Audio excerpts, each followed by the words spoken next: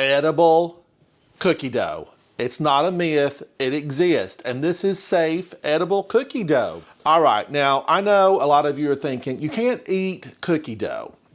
But yes, you can if you prepare it the right way. Now, this is an all-purpose flour that I have in this bowl. I hope you can see that on the overhead. It's just a plain all-purpose flour. I have heated this to 165 degrees. I'll put instructions on my channel on how to properly prep this. You can heat your flour in the oven, or I like to heat it in the microwave, just 10 to 20 second burst, and then take a digital thermometer and get a read to make sure that it reaches 165. Because, viewers, it's not the eggs, really. It's the flour. And we've all seen The Last of Us, if you're a gamer. The flour can be contaminated, and there can be a lot of little things in there that you don't want getting in your system. So when you heat this to 165, it's gonna be safe. All right, that's a little bit of the, what we need to talk about out of the way. So I'm gonna go in with my dry ingredients. This is a little bit of sugar, and check my recipe. The sugar goes in. And then I just wanna make sure that all of this is fully incorporated. You wanna make sure that sugar is mixed throughout. Then I'm gonna come in with a little bit of brown sugar. This is gonna give a boost to the flavor profile. Brown sugar, this is a light brown sugar. It's made with molasses, and molasses have just a depth of flavor that's unmatched. So they add it to granulated white sugar, and it gives you a phenomenal profile of flavors. Now, in order to balance that sweetness, I want a little bit of salt. This is just a table salt, and I'm gonna pop it right in. The salt will contrast beautifully with the sugars, and it'll just brighten the flavors. It allows them to reach their full potential. And we want this party in the bowl. We want them to be married. We want this to be a good time. And I'm just making sure that brown sugar, that I don't have any lumps. You don't want to bite into a big lump of brown sugar. So I'm using my spoon to make sure that all of that is thoroughly mixed in. Now I want to come in with some of my other ingredients. I'm gonna come in with a little bit of butter. This, well, I say a little bit. This is a nice amount of butter because it's gonna give you the fat that you need to pull everything together. And this is at room temperature. I hope it's soft enough. I set it out earlier. We're gonna find out. Room temperature butter. Let's start working it in. All right, now I wanna come in with a little bit of vanilla flavor.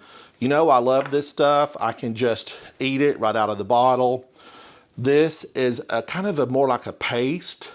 So this is a heavier vanilla flavoring, and you can just, this is so good, you could just eat it. In it goes. That's gonna round out profiles, depth of flavor. I know you hear me say that a lot, but it's true. A lot of really good recipes are gonna offer a lot of flavor sensations. You know, you're gonna be eating it and you're gonna get a little taste of something and be like, oh, what is that? What is that? Well, that's just a really good vanilla flavor. Now remember, we don't have to do any baking. There's no baking on this. That's the beauty of this recipe. Now, I have here just some milk because this is a little bit too thick right now, so I'm gonna add just a little bit. And if you find that you get this too thin, you know, depending on your altitude, temperatures, the milk could make it a little bit too thin, and that's a whole milk. You could also use like a half and half. But if you get this too thin, add a little bit more flour. Make sure it's just been treated in the microwave or brought up to that 165 degrees. Look at that consistency. Ooh, so pretty. This is a small batch. If you wanted more of these, you could definitely double the batch. I like this consistency. This is going to be where I can turn it into a ball. Now I'm just looking around, making sure I got everything, because in goes one of the star of the show. I think the overhead can get this. This is little chocolate chips. And I like to taste the chocolate before I put it into the recipe, because this is so important. This is a milk chocolate. You could use a semi-sweet. Use your favorite chocolate.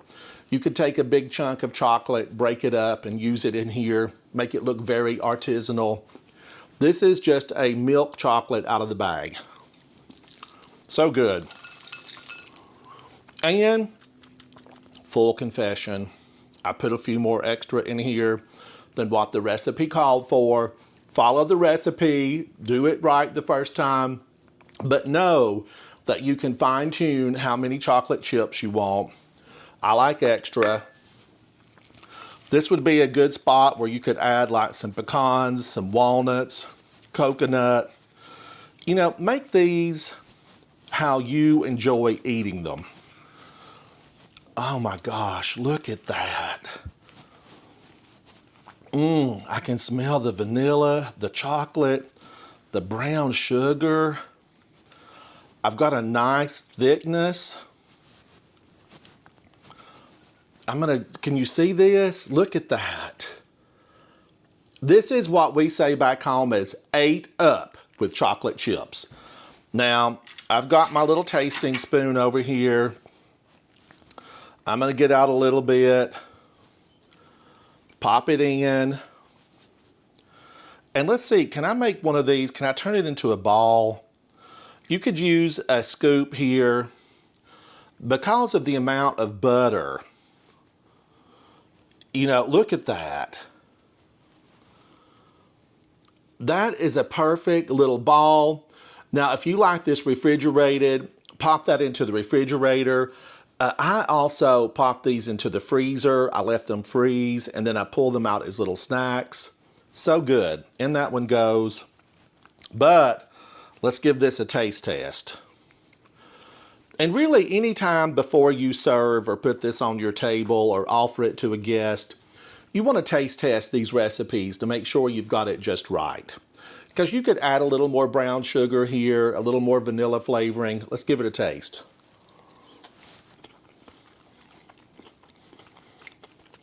Oh my gosh. I can't believe this. I simply cannot believe how good this is. I love it. Wait a minute. I'm not leaving any of that in that bowl. Come and hang out with me. The journey inside the kitchen, so much better with friends. And you know, we're gonna be doing this again. So come on back, hang out. Bye.